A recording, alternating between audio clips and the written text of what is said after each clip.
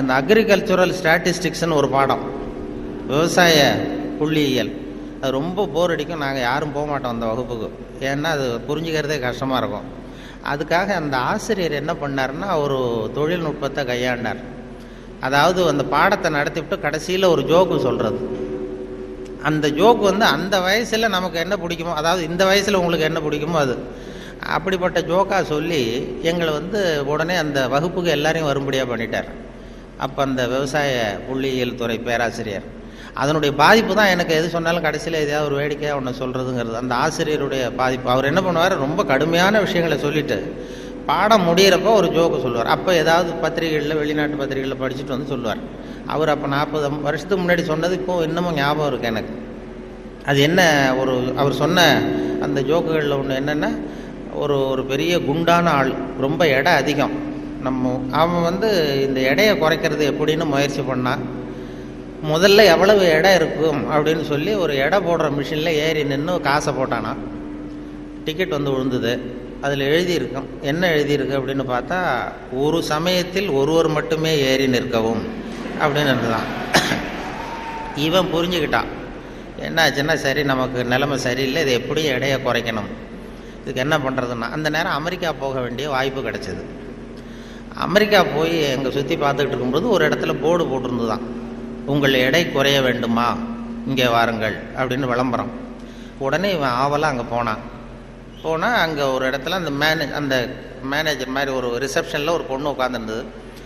என்ன ஏன்னா, நான் இந்தியாவிலேருந்து வந்திருக்கேன், எனக்கு எடை குறையணும் அப்படின்னா, உனக்கு ஆர்டினரி ட்ரீட்மெண்ட் வேணுமா, ஸ்பெஷல் ட்ரீட்மெண்ட் வேணுமா, ஆர்டினரி டீலக்ஸ்ன்னு 2 ட்ரீட்மெண்ட்டு கொடுக்குறோம் எடையை குறைக்கிறதுக்கு, உனக்கு எது வேணும்னு கேட்டிருக்கு அந்த அம்மா.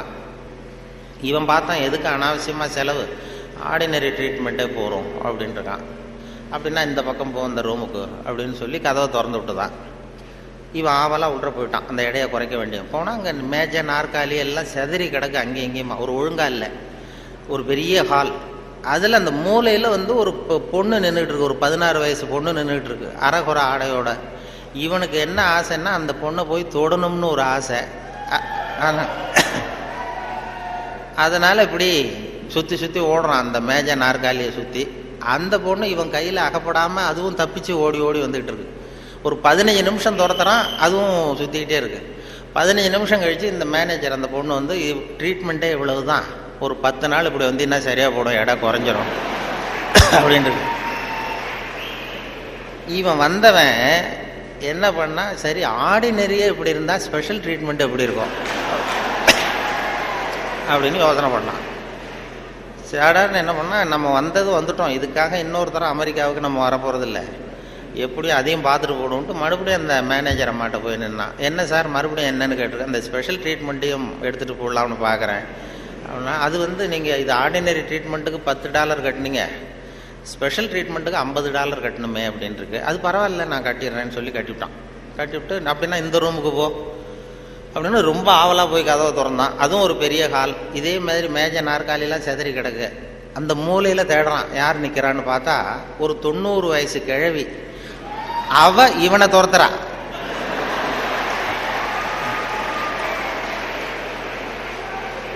இவன் தப்பிச்சா போறோம்னு சுற்றி சுற்றி ஓடி வரான்.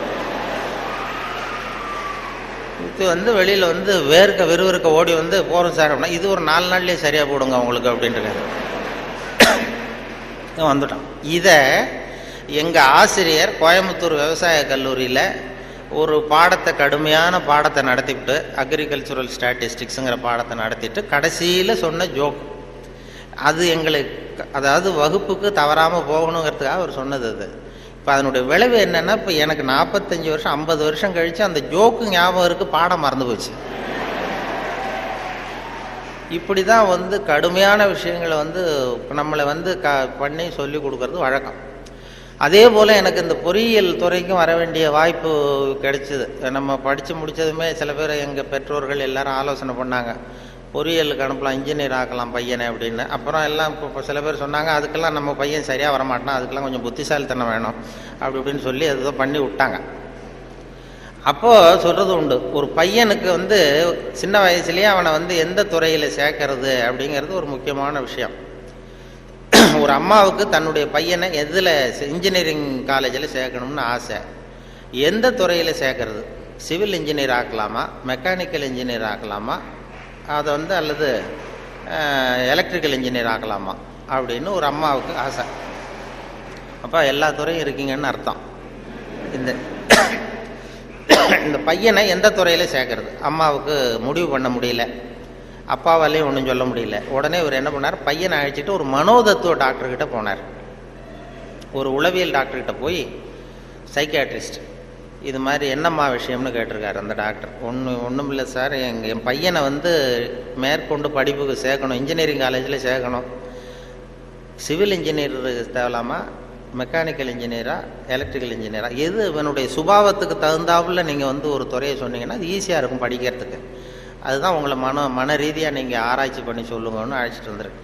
இது ஒன்றும் கஷ்டம் இல்லைம்மா, ஈஸியாக கண்டுபிடிச்சிடலாம் அப்படின்னு அந்த டாக்டர் உடனே அந்த பையனை கூப்பிட்டு, என்னப்பா நல்லா இருக்கே அப்படின்னு தட்டி கொடுத்தார். சின்ன பையன் பொடிய, இவனுடைய சுபாவம் என்னங்கிறத நான் ஈஸியாக கண்டுபிடிச்சி சொல்லிடுறேன், அதுக்கு தகுந்தாப்புல இப்போ இருந்தே சொல்லி கொடுத்து நீங்கள் பழக்கி கொண்டு வரலாம் அப்படின்னு சொல்லிட்டு ஒரு நர்ஸை கூப்பிட்டார். நர்ஸ்னு தான் அந்த அம்மா வந்தது. இந்த பாரு, இது மாதிரி ஒரு மேஜையில் ஒரு சுத்தியல் கொண்டு வந்து வை, ஒரு கொரடு கொண்டு வந்து வை, ஒரு ஸ்க்ரூ டிரைவரை கொண்டு வந்து வை. இந்த பையனை அப்படி கொண்டு வந்து விடுவோம். இவன் சுத்தியலை போய் தொட்டான்னு எடுத்தான்னா ஆசையாக ஏதாவது ஒன்று எடுப்பான். சுத்தியல் எடுத்தான்னா சிவில் இன்ஜினியருக்கு படிக்க வச்சுருவான், கொரடை எடுத்தான்னா மெக்கானிக்கல் இன்ஜினியருக்கு படிக்க வச்சுருவான், ஸ்க்ரூ டிரைவர் எடுத்தான்னா எலக்ட்ரிக்கல் இன்ஜினியர் படிக்க வச்சுருவோம். இது அவனுடைய சுபாவத்தை கண்டுபிடிக்கிறது சுலபமான வழி அப்படின்னு டாக்டர் சொல்லிட்டார்.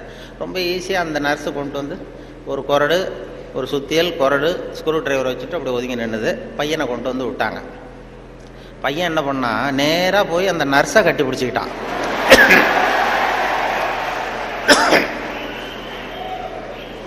உடனே அந்த டாக்டர் சொன்னாராம், இவனை டாக்டருக்கு படிக்க வச்சிருங்க,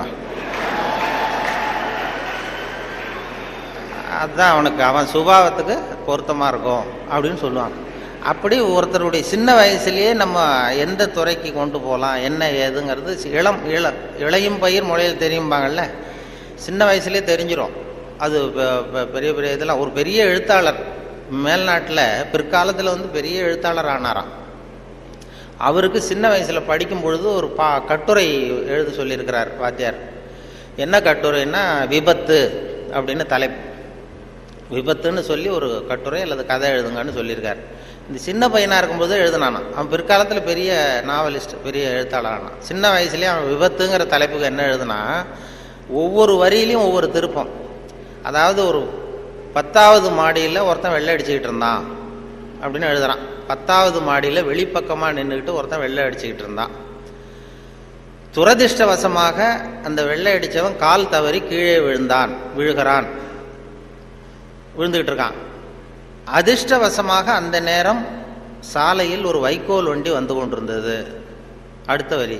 அடுத்தது, துரதிர்ஷ்டவசமாக அந்த வைக்கோலின் நடுவே ஒரு கடப்பாரை சொருகியிருந்தார்கள். அதிர்ஷ்டவசமாக இவன் அந்த கடப்பாறையில் விழவில்லை. துரதிர்ஷ்டவசமாக அவன் வைக்கோலிலும் விழாமல் தரையில் விழுந்து செத்து போட்டான் அப்படின்னு. இந்த ஆள் இதை எழுதினவன் பிற்காலத்தில் பெரிய எழுத்தாளர் ஆகிட்டாரான், பெரிய இதாகி. அப்படி சுபாவம் சின்ன வயசுலேயே தெரியும் யார் யாருக்கு என்ன அப்படின்னு சொல்லி. நமக்கெல்லாம் அது இப்போ நம்ம ஆசிரியர்களுக்கே சில சுபாவங்கள் உண்டு. அது உங்களுக்கெல்லாம் தெரிஞ்ச விஷயமா இருக்கும். ஒவ்வொரு அவங்கவுங்க துறை சம்மந்தப்பட்ட இதாக இருக்கும். அதாவது ஒரு 3 பேராசிரியர்கள் ஒரு ஊருக்கு போனாங்க. ஒரு பெரிய பல்கலைக்கழகத்தில் இது மாதிரி பேசுறதுக்கு 3 துறை பேராசிரியர்கள் போனாங்க. ஒரு உடற்பயிற்சி ஆசிரியர், ஒரு ஃபிசிக்ஸ் பேராசிரியர், ஒரு கணக்கு வாத்தியார், 3 பேரும் போனாங்க. கணித பேராசிரியர். இது மாதிரி ஒரு விழாவில் பேசி முடித்ததும் கொண்டு போய் கெஸ்ட் ஹவுஸில் 3 பேரையும் தங்க வச்சாங்க. நாளைக்கு மறுநாள் அவங்க ஊருக்கு போகணும். இது மாதிரி விழாவில் கலந்துக்கிட்டு முடிஞ்சதும் கணித பேராசிரியருக்கு ஒரு ரூம், இவருக்கு அந்த ஃபிசிக்ஸ் பேராசிரியருக்கு ஒரு ரூமு, உடற்பயிற்சி ஆசிரியருக்கு ஒரு ரூம் போட்டு கொடுத்தாச்சு. இது மேல்நாட்டில் நடந்தது. அதனால் என்னென்னா அவங்களுக்கு அந்த ஆகாரம்லாம் டப்பாவிலே வச்சுருக்குறாங்க. அந்த டப்பாவில் டின்னு ஃபுட்டுங்கிறாங்கல்ல, அது மாதிரி டின்னில் அடைச்சி அவங்க ரூமில் வேண்டிய ஆகாரம்லாம் வச்சு கொடுத்து கொண்டு போய் விட்டு வந்துட்டாங்க. அந்த வந்துட்டு மறுநாள் காலையில் எழுந்திரிச்சார் இந்த ஆர்கனைசர். அப்போ தான் அவருக்கு அப்படியே பதறி போயிட்டார். ராத்திரி அந்த 3 பேராசிரியர்களுக்கும் 3 டப்பாவில் உணவு கொடுத்தோம், ஆகாரம். அதை திறக்கிறதுக்கான கருவியை கொடுக்காம வந்துட்டோம். திறக்கிறதுக்கு ஒரு பொருள் அது இல்லாமல் கொடுத்தோம். எப்படி அவங்க டப்பாவை திறந்தாங்களா சாப்பிட்டாங்களா என்னன்னு தெரியல அப்படின்னு இவர் பதறி போய் விடிஞ்சதும் ஓடுறாரு விழுந்தடிச்சு. இந்த வரவேற்றவர் ஓடி போய் முதல்ல அந்த உடற்பயிற்சி ஆசிரியர் கதவை திறந்தாராம். ரூமை திறந்தா அவர் நிம்மதியாக தூங்கிட்டு இருக்காரு. டப்பா திறந்து கிடக்கு, சாப்பிட்ருக்காரு. சாப்பிட்டுட்டு நிம்மதியாக தூங்கிட்டு இருக்காரு. உடனே இவர் போய் தட்டி எழுப்பி, எப்படி சார் அந்த டப்பாவை திறந்தீங்க, அந்த இதை கொடுக்கலையே நாங்கள் உங்களுக்கு அப்படின்னு. இது என்ன சார், உடல் பலம் தான் சார் முக்கியம், டப்பாவை பலம் ஓங்கி கீழே அடித்தேன் திறந்துட்டுது, அது என்ன பெரிய காரியம் அப்படின்னு சொல்லி உடற்பயிற்சி செஞ்சுட்டேன், அதனால சாப்பிட்டேன் இருக்கார். பரவாயில்ல சார் அப்படின்னு சொல்லி அடுத்த ரூமுக்கு ஓடி இருக்கார். அங்கே ஃபிசிக்ஸ் வாத்தியார் உட்காந்துருக்கார். அவரும் அதே மாதிரி நிம்மதியாக தூங்கியிருக்காரு. இது டப்பா திறந்து கிடக்கு. போய் திறந்து, எப்படி சார் திறந்தீங்க நீங்கள் டப்பாவை அப்படின்னா, அது என்ன சார், எந்த இடத்துல ப்ரெஷர் கொடுக்கணும்னு எனக்கு தெரியும், அந்த இடத்துல அழுத்தினா திறந்துட்டுது டப்பா, அது நமக்கு டெக்னிக் வந்தது தானே அப்படின்னு அந்த திறந்து சாப்பிட்டேன்ட்டார். இவர் அப்பாடா நிம்மதியாக போச்சு. அடுத்தது கணக்கு வாத்தியார் ரூமுக்கு ஓடினார். அங்கே போனால் அவர் தூங்கவும் இல்லை, டப்பாவும் திறக்கலை, மூடியே இருக்கு. என்ன பண்ணுறீங்க அப்படின்னு சொல்லி அந்த கணக்கு ஏதோ ஒரு எழுதிட்டு இருக்காரு பேப்பரில்.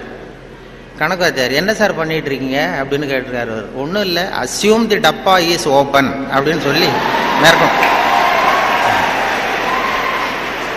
மேற்கொண்டு கணக்கு போட்டுக்கிட்டு இருக்காரு சார் அப்படின்றாராம். இது ஒவ்வொருத்தருக்கும் ஒரு சுபாவங்கிறது அது இயல்பாக அமையிறது. ஆசிரியர்களுக்கு எல்லாருக்குமே அப்படி அமையிறது. என்னோட படித்தவர்கள் இன்னைக்கு பல பேர், ஒருத்தன் தான் சின்ன வயசில் ஒரு பையன் ஜானகிராமன் ஒருத்தன் பக்கத்தில் என்ன பென்சிலாலேயே குத்திக்கிட்டு இருப்பான். இன்னைக்கு அவன் கும்பகோணத்தில் இன்னைக்கு பெரிய டாக்டர், எல்லாருக்கும் ஊசி போட்டுக்கிட்டான்.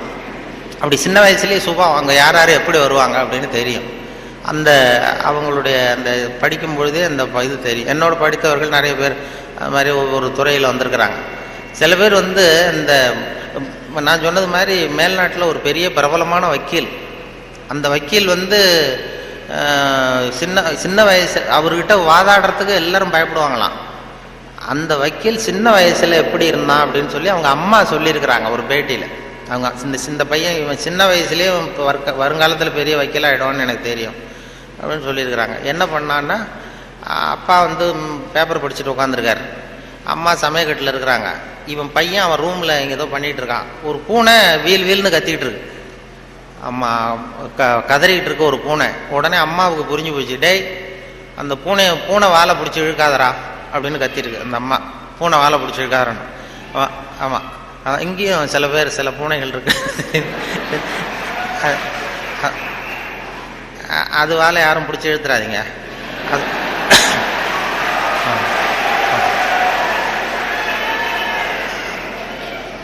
பூனை வாழை பிடிச்சிருக்காருன்னு அந்த அம்மா கத்திருக்கு. அப்பா அவன் சொன்னானா, அம்மா நான் பூனை வாழை பிடிச்சி இழுக்கல, பூனை தான் அது வாழை பிடிச்சி இழுத்துக்கிட்டு இருக்குன்றான். நான் ஒன்றும் பூனைக்கு இடைஞ்சல் பண்ணல, பூனை தான் வாழை இழுத்துக்கிட்டு இருக்கு, நான் அது வாழை இழுக்கலன்றான். ஓடி போய் பார்த்துருக்குறாங்க அம்மாவும் அப்பாவும். பார்த்தா இவன் பூட்ஸு காலால் மிரிச்சுக்கிட்டு இருக்கான், பூனை வாழை இழுத்துக்கிட்டு இருக்கு. அவன் பிற்காலத்தில் பெரிய வக்கீல் ஆகிட்டான். அதாவது ஒரு தான் பேரில் தப்பு இல்லைங்கிறது மாதிரி பேசினா பாருங்க. அவங்க அம்மா சொல்லியிருக்கு. இப்படி அது சின்ன வயசில் அவங்கவுங்களுக்கு அந்த இது இருக்கும். சில பேருக்கு ஆராய்ச்சி விஞ்ஞான மனோபாவம் வந்துடும். விஞ்ஞானம் சில பேர் சின்ன வயசுலேயே ஒருத்தன் மூஞ்சில் ஒருத்தன் குத்திட்டு இருப்பான். இளம் வயசுலேயே ஒருத்தன் மூஞ்சில் ஒருத்தன் குத்திட்டு இருப்பான். அவங்கெல்லாம் பிற்காலத்தில் சட்டசபைக்கு வரலாம்.